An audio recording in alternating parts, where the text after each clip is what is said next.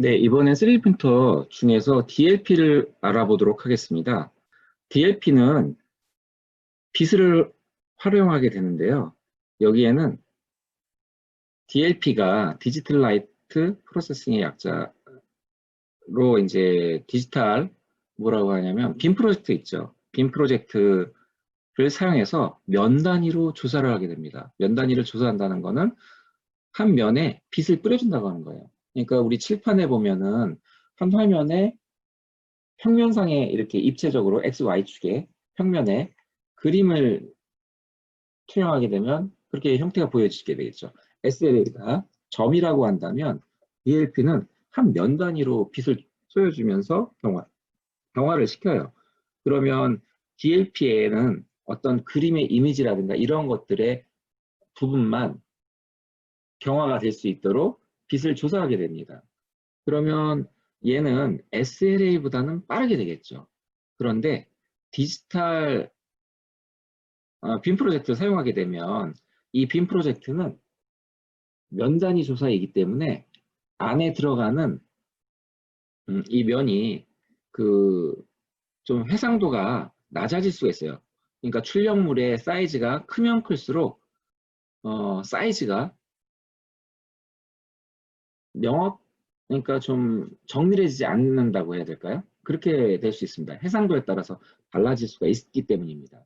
그래서 액체 수지에 빛을 통해서 빔 프로젝트가 되겠죠. 반사판을 통해서 렌즈를 통해서 이렇게 빛을 쏘여주는데 여기에는 UV 필터가 따로 있어요. 그래서 UV 빛만 조절하게 됩니다. 보통 UV 빛이라고 하면 360, 400나노미터부터 700나노미터. 이건 좀 어려운 얘기긴 한데 가시광선 영역을 제외한 좀 강한 자외선 영역을 말합니다. 이 자외선 영역에 빛을 쬐어주게 되면 보통은 365나노미터의 화장을 쏘여줍니다. 그렇게 되면 SLA도 보통 365짜리를 많이 사용하게 되고요. 레이저를 쓰는데 이런 빔 프로젝트도 쏘여주게 되면 보통은 탑다운 방식이라고 있고 버텀업 방식이 있는데 얘는 위에 이렇게 수조 안에 이 액체가 담겨 있는 이 수조 안에 넣었다가 한 면을 조사하고 위로 올라갑니다. 요거를 뭐 틸팅이라고 합니다. 그래서 들어갔다가 나오면서 조사가 되고 또 들어갔다가 경화되고 다시 올라가고 이거는 이제 경화 노광 시간이라고도 하는데요. 이 시간을 여러 가지로 바꿀 수가 있습니다. 근데 그 수지에 따라서 수지의 종류, 액체의 수지의 종류에 따라서 또는 프린터의 종류에 따라서 조금씩 광을 노출시키는 시간이 달라질 수가 있습니다.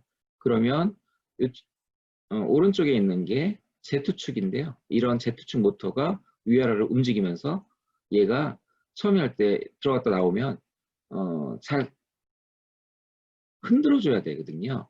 예, 그래야 얘가 진공이 안 차면서 올라갈 수가 있기 때문입니다. 그래서 이러한 방식의 프린터는 DLP라는 종류의 방식이 되겠습니다.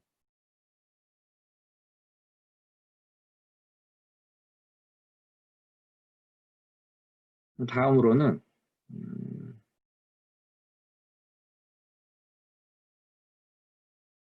저희가 3D 프린터 중에 SLS라는 분말 3D 프린터가 있습니다. 이거는 Selective Laser Sintering이라고 해서 레이저를 조사를 하는데 강한 빛을 쏘여요. 그래서 이 분말 형태는 나일론이 될 수도 있고요. 아니면 금속이 될 수도 있습니다. 또는 석고가 될 수도 있죠. 바인더 3D 프린팅이라는 방식은 이런 빌드 플랫폼에 바인더라는 것을 넣어요. 그러니까 분말상이 그 분말 자체가 안에가 온도가 올라가면 붙어버리는 그런 역할을 하는 거 있어요. 그래서 여러분들 피규어 할 때 피규어를 출력하거나 할 때 그런 것들을 사용하게 됩니다. 그래서 이런 바인더 3D 프린팅 같은 경우에는 SLS 종류 중에 하나로 형태를 만들 수가 있는데요. 보통 얘는 온도가 그렇게 높진 않습니다. 하지만 바인더가 고분자로 되어 있기 때문에 그런 거고요. 얘가 입자가 고와야 됩니다. 그 기술이 아주 좀 중요합니다. 그래서 이 기술을 지금도 많이 우리나라에서도 개발을 하고 있는 중이고요. 여기 롤러가 있죠. 롤러가 평평하게 만들어주고 다시 이 평평한 걸 갖다가 바인더에서 노즐에서 뿌려주고 이런 방식을 하는데요. 높은 온도가 필요한 거는 금속 같은 경우입니다. 이런 경우에는 킬로와트, 좀 높은 파워가 들어가야 있는 그런 빔을 조사해야만 금속이 녹을 수가 있겠죠. 금속이 녹으려면 보통은 1000도 이상 돼야 되거든요. 그래서 금속을 녹여서 출력을 하는 방식인데 높은 온도가 필요하고요. 냉각 시간이 깁니다. 그리고 또 수축도 일어나는데요. 챔버 안에서 금속을 녹이려면은 SLS라는 어떤 빛을 조사해서 온도가 높아지면 금속이 녹아내려야 해요. 1000도 이상이 되겠죠. 그러면은 그 고온에서 얘가 실온에서 하는 거하고는 틀리겠죠. 온도가 급속히 낮아지게 되면 얘가 수축을 합니다. 팽창을 했다가 온도가 1000도 이상 되니까 팽창을 했다가 수축을 하면서 수축을 하면서 줄어들게 되겠죠. 그래서 정밀도는 빔에 따라서 좀 떨어질 수도 있지만 얘가 수축 때문에 떼어내기도 또 힘들어요. 금속 같은 경우에는. 이런 분말 같은 경우에 피규어를 만드는 석고 같은 경우에는 바인더를 넣은 알갱이를 하기 때문에 얘는 이제 서포터가 따로 필요 없지만 SLS 분말 형태의 금속 같은 경우는 서포터가 좀 필요합니다. 필요한 경우가 있어요. 그리고 이런 경우에는 이런 바인더 3D 프린터 SLS 같은 경우에는 후처리 과정이 또 필요하고요. 분말을 또 털어내야 되는데 흡입하면 또 몸에도 좋지 않겠죠. 그래서 레이저를 반사경을 통해서 이렇게 비추면 이런 받침대에서 파우더가 이렇게 굴러가고 이런 서포터 부분도 뭐 한 층씩 쌓는 거니까요. 이런 것들이 필요하지가 않게 됩니다. 그리고 받침대가 내려가고 피스톤으로 올려주고 이러한 기술들이 좀 필요한 방식이 SLS 방식이 되겠습니다. 요즘에 3D 프린터가 좀 싸게 나온 프린터들이 생기기 시작했습니다. LCD 베이스를 사용하는데요. 저 같은 경우에는 이거는 나노라는 LCD 프린터인데요. 가격대가 30만 원에서 50만 원 정도 했던 것 같습니다. 15년도에 미국에서 런칭이 돼서 한 100만 불 이상 팔렸어요. 근데 저도 구매를 하나 했었거든요. 근데 배송이 안 오는 거예요. 배송이 안 온 이유는 원래 만들었던 것보다 물량이 너무 초과가 돼서 생산 캐퍼를 따라갈 수가 없어서 배송을 안 했어요. 이거 킥스타터라는 펀딩 사이트가 있는데요. 거기에 펀딩을 하면서 소비자가 먼저 선구매를 하는 거였거든요. 그래서 이런 방식의 새로운 방식이 나온 거를 여러분들은 지금은 좀 더 저렴하게 사실 수가 있어요. 뭐 물론 이건 워낙 작아서 사이즈가 너무 작아서 사용하기 좀 힘든 경향이 있는데 여기에도 X상 내지는 사용합니다. 그래서 LCD는 어떤 거냐면 여러분들 저희 모니터 있죠. LCD 모니터 여기에는 백라이트 유닛이라는 것들이 있어요. 그래서 그 백라이트 유닛을 빼고 안에 넣게 되는데 이제 그러면은 빛을 비춰주는 부분이 LCD에서 어떤 이미지를 위해서 비춰주게 되면 얘는 바닥면에서 비춰주게 돼요. 그래서 LED 라이트 소스가 밑에 쭉 다 있어요. 그래서 한 판에 쭉 여러 개가 있는데 이걸 비춰주면서 형태, 이미지가 그려진 걸 가지고 디지털 이미지를 한 층씩 한 층씩 쌓아가는데 0.0254mm 아주 굉장히 정밀하게 출력을 할 수가 있죠. 그래서 피규어 작은 것들 같은 경우에도 정밀한 작업에는 형상이 뭐 얘도 오차가 있긴 하지만 그런 것들을 사용할 때 왜냐하면 X상 내진을 사용하기 때문에 수축을 할 수가 있습니다. 그래서 이런 것들은 아까 말씀드렸던 DLP 방식과는 다르게 사이즈에 제한이 없어요. 이 한 셀당 이렇게 빛을 조사하면서 하기 때문에 사이즈가 아무리 커지더라도 그 형태를 출력할 수 있어요. 다만 액상 레진에서 띄어낼 때 이런 부분들에서는 좀 문제가 생길 수 있습니다. 이번에 보여드리는 3D 프린터는요. 파본 3D라는 회사가 이건 화학 하시는 분이 만든 3D 프린터예요. 이건 특허가 출원이 되어 있고요. 여러분들 카본 3D 프린터는 속도가 엄청 빠르고요. 결이 안 보입니다. 이런 결들이 보통 3D 프린터는 아무리 정밀한 것도 한 층씩 한 층씩 적층이라 해서 나가기 때문에 결들이 있거든요. 근데 이 결들이 안 보입니다. 이런 것들을 3D 프린터 마치 이제 그 터미네이터가 금속에서 이렇게 밑에서 쭉 올라오는 형태로 했을 때 하는 것처럼 액상 레진이 쭉 올라가요. 이거는 산소 투갈막 방식이라고도 하고요. 이 데드존이라고 써 있는 거. 빔 프로젝트를 붙여주면 얘가 마치 이제 레진이 안에 들어가 있는데요. 이 레진들이 데드존을 총괄한 것만, 요거는 이제 우리가 컨택트 렌즈를 사용할 때 하는 빛을 투과를 방지하거나 하는 그런 것들에 이제 산소만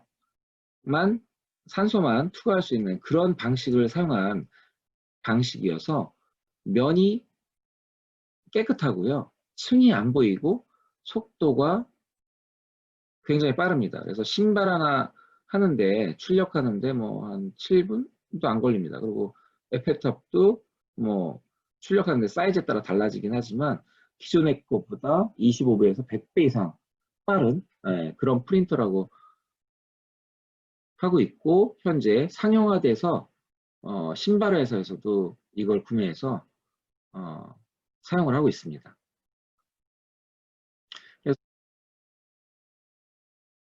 그래서 3D 프린터 종류를 보면 여러분들 이게 좀 표가 어렵긴 하지만 전체적인 내용을 한번 리뷰하는 측면에서 다시 한번 보도록 하겠습니다. 프린터 분류를 보면 재료 첨가 방식이 있고요. 재료 제거 방식이 있습니다. NC 가공하는 방식이 있는데요. 이거는 아니라고 보시면 될 거예요. 이거는 전통적인 방식이라고 보시면 될 거고요. 재료를 제거하기 때문에 재료의 낭비가 심합니다. 그리고 가공하기도 좀 쉽진 않은 편이고요. 다만 정밀성에 있어서는 굉장히 우수합니다. 표면 조도라고 하는데요. 표면이 굉장히 깨끗합니다. 재료 첨가 방식은 그에 비해서 뭐 지금 많이 정밀해지긴 했지만 여전히 얘 NC 가공하는 것보다는 표면 조도가 약해서 얘를 후가공하는데 좀 시간이 많이 걸리기도 합니다.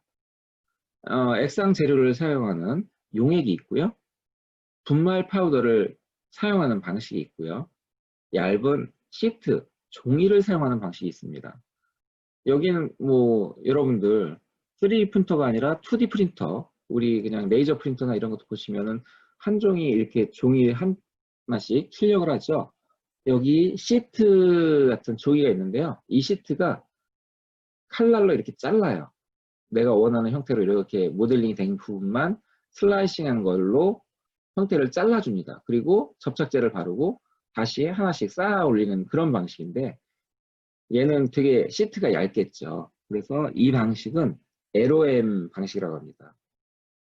그래서 이 방식도 칼라 프린터로 멀티코어라는 앵코라는 그런 제품이 있는데요.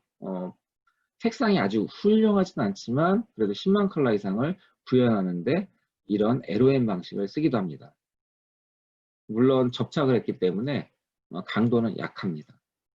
분말 파우더를 방식, 이거는 레이저로 분말을 녹여서 하는 SLS 방식이 있다라고 말씀을 드렸죠.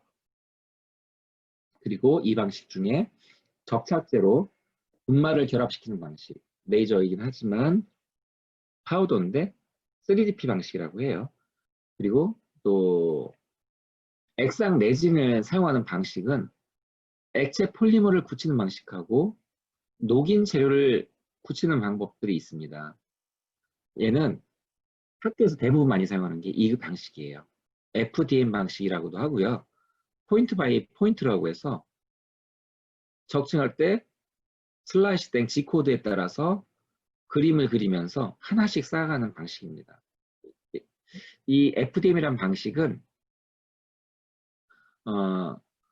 스트라타시스라는 업체에서 이 특허 등록이 돼 있어서 FFF라는 필라멘트 퓨즈드 방식이라고 하는 FFF라는 방식으로 또 사용을 합니다. 그래서 보통은 이 방식으로 많이 하는데 그래도 통용되는 이름은 FDM으로 많이 사용을 하는 것 같습니다. X체 폴리머를 굳히는 방식에 포인트 바이 포인트 SLA라는 방식을 저희가 배웠었죠. 그리고 레이어로 한 층 한 층씩 면 단위로 조사하는 방식이 있는데 이 방식을 DLP라는 방식이라고 합니다. 또 칼라로 이 DLP 방식을 사용하기도 하는데요. 여러분들 칼라 프린터를 보시면 안에 잉크가 들어가 있어요. 이 잉크는 액상 레진을 넣어요. 액상 레진을 넣어서 빛을 비추면 이 액상 레진이 굳혀지는 방식인데 폴리젯 방식은 굉장히 정밀해서 미막기라는 제품은 표면조도 굉장히 좋습니다. 그래서 마치 너무 정밀해서 이거를 피규어로 할 때라든가 목업이라고 해서 형태를 만들 때 사용을 하는데 이 방식을 사용하게 되면은 굉장히 깔끔한 출력물을 얻을 수가 있습니다. 다만 가격이 비쌉니다. 레진 한 통당 가격이 100만 원 이상이 됩니다.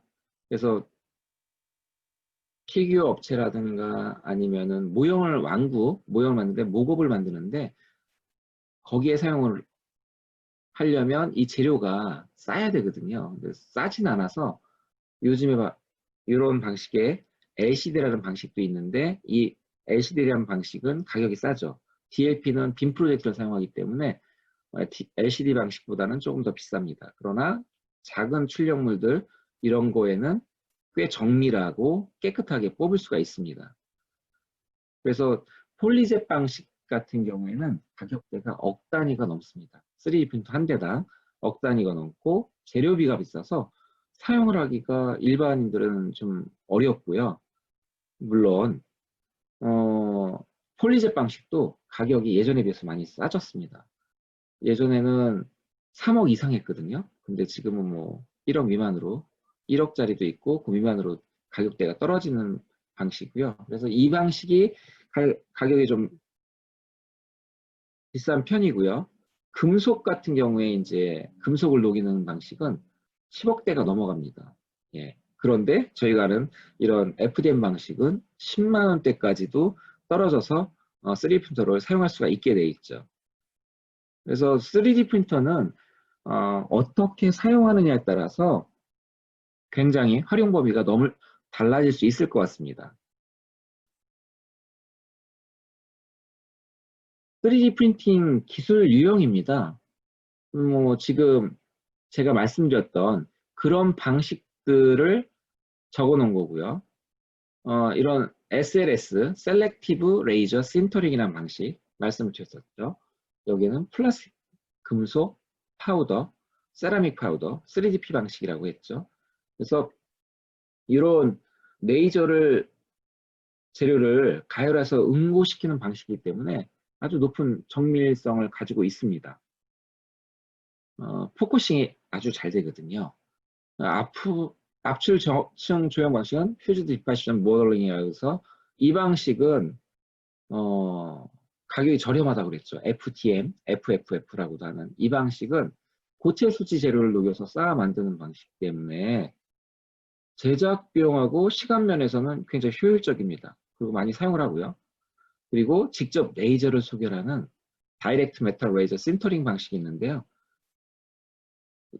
소결한다는 말은 에너지를 주어서 이거를 녹여서 강도가 높은 제품 등에 사용하는 그런 방식입니다. 광경화성 수지 조형인 스테레오 리소그래피 어페라투스라고 해서 SLSA의 약자입니다. 포토폴리머는 고분자 수지를 사용을 해요.